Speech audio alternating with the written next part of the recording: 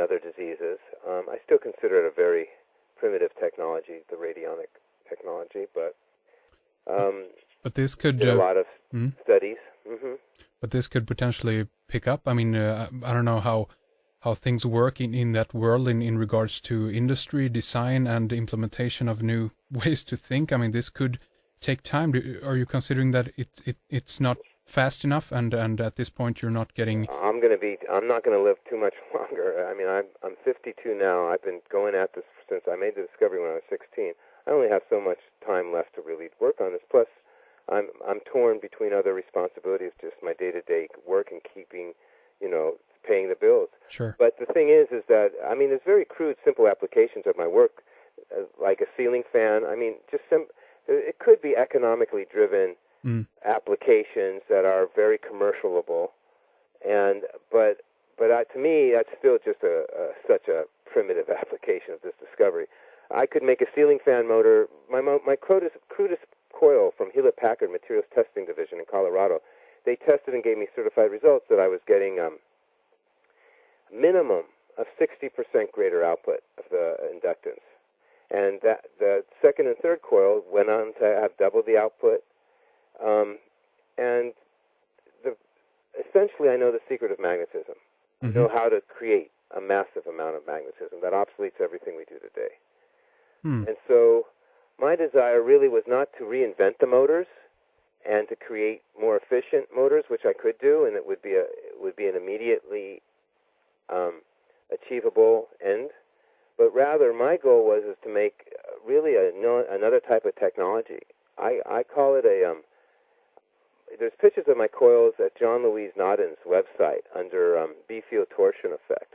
Because I claim to be harnessing an energy that's never been seen before, I predicted that when it was tapped into, it would make a localized space-time implosion. It would make a huge funnel, like a tornado or a hurricane. It would make this huge vortex. And so he has pictures of my coil energized with these huge magnetic fields, so powerful that it looks like you're looking into a huge tunnel, a huge vortex of magnetism. That's a solid-state motor. So what I claim is I can make motors with no moving parts, but my technology and science is just so far ahead of what's out there. I'm sorry, go ahead. I just want to ask, give us that the URL again where people can see these pictures. Okay, just a second. Sure. On my computer. Okay, I've never spoken to him, and I've never communicated with him. One of my students sent him some schematics and diagrams of coils based on my work. His main website is J for Jerry, N for Nancy, A for Apple, U for up, D for David, I for I don't know, and N for Nancy .free.fr. So it's jnodden.free.fr, which is France. Right. And his name is Jean-Louis Nodden, JEAN-LOUIS space NAUDIN. And so on the front of his website, he's very well known. Halfway down it says, the ether tensile stress with B-field torsion. And what they're claiming is that they're able to do a twist in the ether itself. But it's really, no one really understands my work. Really what I'm doing is I'm harnessing the ether as a positive emanation, as an inertia ether, with velocity and as a vector. And so what I'm doing is I'm curving the space-time instead. I'm exactly the opposite. I never really explained it to him. So you go to ether tensile stress, B-field torsion, axiom spin field, and at the top of this page is my coils turned on. It looks like a person's iris, these huge fractal spiral arms with a hole in the center. The hole is very important. I predicted that there'd be a tor, a vortex, a hole, that if it was working. And so he has pictures, and then it goes to B-field torsion generator. And that's it's under magnetic vortex. Under magnetic vortex, okay. It's jnodden.free.fr/HTML/magVTX.htm. So it's mag vortex. Yeah. Here, I can send you a link right now. I'll copy it.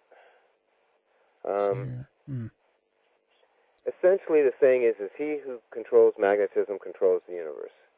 And I know the secret of magnetism. It's just that simple.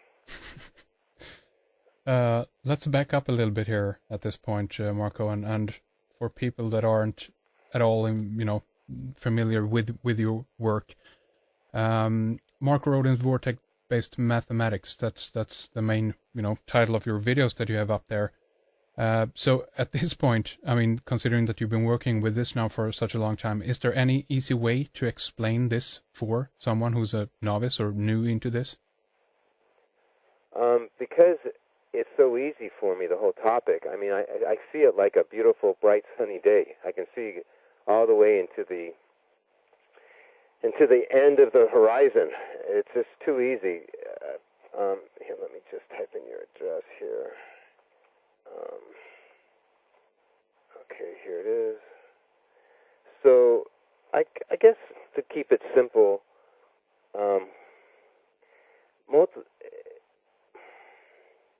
I took the infinity, which is called 2N, the binary code, and I was able to show, which is also the process of doubling of cells, 1, 2, 4, 8, 16 cells.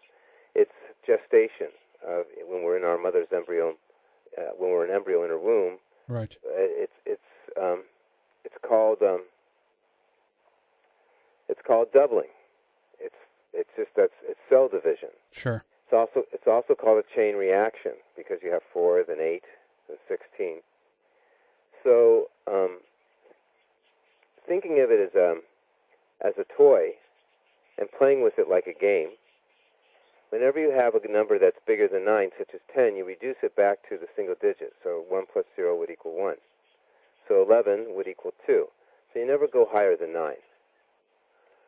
That's called decimal parity or cross addition or a discrete number, single digit. It's pretty easy. Yeah. So so not only did I take the binary code, which was thought to be infinite, and show that it was a simple after 6 digits it continued to repeat, a 6-digit number pattern, but what the shocker is that I showed that it had bilateral symmetry, that it inverted at the axis. You have to look at the axis, which is the center. And along the axis, the axis is the secret of everything. What the axis is, it's AXIS. It's like you spin a top and it stands up by itself. Mm-hmm. Everything's based on spin physics. And the Earth has an axis, although the Earth may wobble, but that's because it's under-accelerated. But everything revolves around an axis. In between my hands, down the center of from my face down, I have a hairline. It's an axis down the middle of my torso.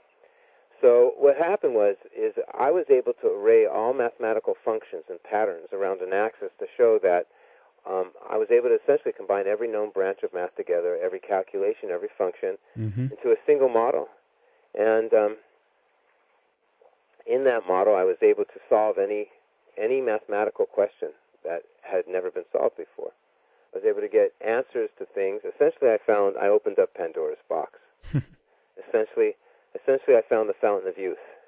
I found the secret of how nature, how creation was made, how God fashioned it. While God is unknown, his handiwork has I could reverse engineer.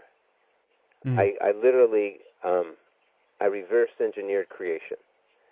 So the number pattern for infinity is 124875, 124875, repeated over and over again. That's because, and I'm not going to repeat it, I'm just going to say it fast, and I don't mind if people cannot keep up with me. They can go to see the videos on YouTube. That's right, yep. But the pattern is 1, 2, 4, 8, 16, 1 plus 6 is 7, 32 equals 5, 64 is 10 is 1, I'm doubling. 128 is 11, I'm back to 2, 256 equals 13, 4, 512 is 8, 1024 equals 7, 2048 equals 14, 5. It's always over and over again, 124875, 124875. You can call that like an invisible skeleton. There's a hidden lattice or matrix. Okay. Right. So what I did is, instead of looking at huge numbers, I'll swear, I didn't give a shit about big numbers. Sure. Okay. What I was looking for is an interferometry pattern. Now, I imagine everybody doesn't even know that word. Nope. The word for it is I was looking for a diffraction grating. Yeah. What I was trying to do is I was trying to create like when a person wears a striped suit on TV and it starts making all these interference patterns. Right. I was trying to create a moire so that I could literally do an X-ray into the atom, into light. Mm. And it worked. Nobody ever in their wildest fantasy could ever imagine that the simple counting numbers at the base 10 system that we use for all business, accounting, could actually be applied to physics and energy, particle physics, atomic energy, and looked into the nucleus of an atom. And I figured out how to create a mathematical interferometry. I'm laughing. I'm just laughing because it's just so beyond the pale of norm. You know, I'm just so out there on the fringe as a human being. So, I mean, you know? What would you say? I mean, many people have heard of the kind of the basic, let's say, numerology. I mean, taking a large number, as you say, adding it up a number until you get a single digit. And what you work with here is a 1 to 9 system. That's it, right? Or is this a decimal system then? There's a base. It turns out that our discovery is that the only true base system must be based on a prime squared. So the first true base system is the decimal system. Decimal system is not 1 through 10. Decimal means it's powers of 10. So any base is always going to have, because of the missing zero, because zero is not a number, it's an absence, it's always going to be one number less than that base. So base 10 is modular 9. Sure. They're synonymous with the same thing. There's just two different ways of describing the same thing. So the next base system, so base 12, base 15 is not a true base system. It's a man-made contrivance. Okay. It doesn't work. That's because it's not a prime squared as its origins. I mean, I hate to throw the word out, but any base must make the shape of a toroid. Now, no one listening really knows what a toroid is, T-O-R-O-I-D. But our body is called the human torso, T-O-R-S-O, based on it. Mm-hmm. Energy, when it maintains itself, when energy can respirate and becomes a heat sink and can sustain itself and survive, when energy becomes alive, it makes the shape of a toroid, which is a donut. Our aura is in the shape of a donut. Our magnetic fields, take a bar magnet, which is the shape of our body, of the magnetic field. They're the same. It's a negative vortex at the top. It's compressing. The magnetic field is imploding at the top. It passes through our head, in through our body, and it explodes, comes out the other side in a white hole. It's always a two-stage surge pump with a third invisible part at the center. So it's always based upon the two-stage surge pump is compression, decompression, magnetic negative vortex to a magnetic positive vortex, black hole to white hole, implosion to explosion. Similar. That makes the shape of the torus. So Torus. Exactly. So when we look at Earth, for instance, we have the same model right there with the magnetic poles, right? That's why 100% identical, the same. The Van Allen belts, the energy belts, how everything diskettes out. It's a universal cosmology constant that the solar system diskettes out in a vortex. Sure. That vortex, that well, is the toroid, the donut. And that well comes from the word, it's our whole English language. All of our most positive adjectives are based on the principles of the donut. Like a well, are you well, which means the vortex, whole. Look at the word whole, H-O-L-E or W-H-O-L-E. Look at the word funnel or the word fun. Are we having fun? I mean, it's been yelling and screaming for us to discover for a long time. That's interesting that you mentioned that, because I think that these kind of things, there is a kind of a holographic or / kind of fractal way, even, everything that humans touch, being aware by it or not, is kind of reflective of this, what you just said. But, I mean, do you think that this is could be someone who knows what's going on, so they picked and choose these words, or is this accidental? What do you think? They left us what are called, when a computer program